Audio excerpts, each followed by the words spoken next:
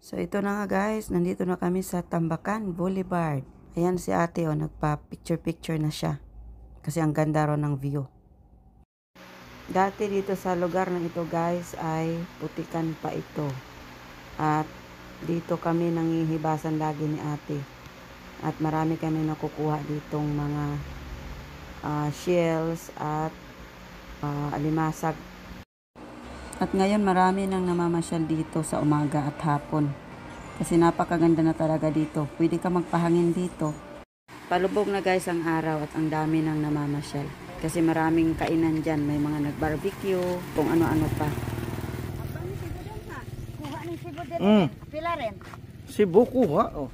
Kuha sa? Oo. Nawi na kagpabuntag ni baling hayaga.